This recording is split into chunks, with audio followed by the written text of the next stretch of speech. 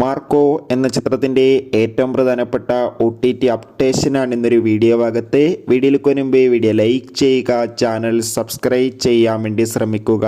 ഉണ്ണി മുകുന്ദൻ, സിദ്ദീഖ്, ജഗദീഷ് എന്നൊക്കെ പ്രധാന കഥാപാത്രങ്ങളായിട്ട് December 20 Christmas സ്പെഷ്യലായി തിയേറ്ററുകളിലെത്തിയ ചിത്രമായിരുന്നു മാർക്കോ.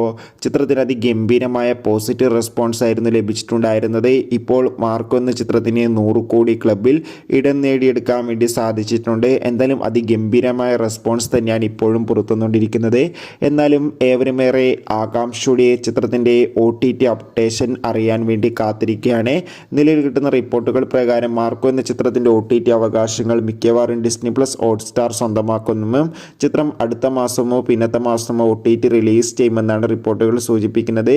എന്തായാലും കൂടുതൽ അപ്ഡേഷൻ അറിയാൻ വേണ്ടി കാത്തിരിക്കാം. മാർക്കോ എന്ന ചിത്രം കണ്ടവരുടെ അഭിപ്രായം തീർച്ചയായും കമൻറ്റ് ബോക്സിൽ രേഖപ്പെടുത്താൻ വേണ്ടി ശ്രമിക്കുക.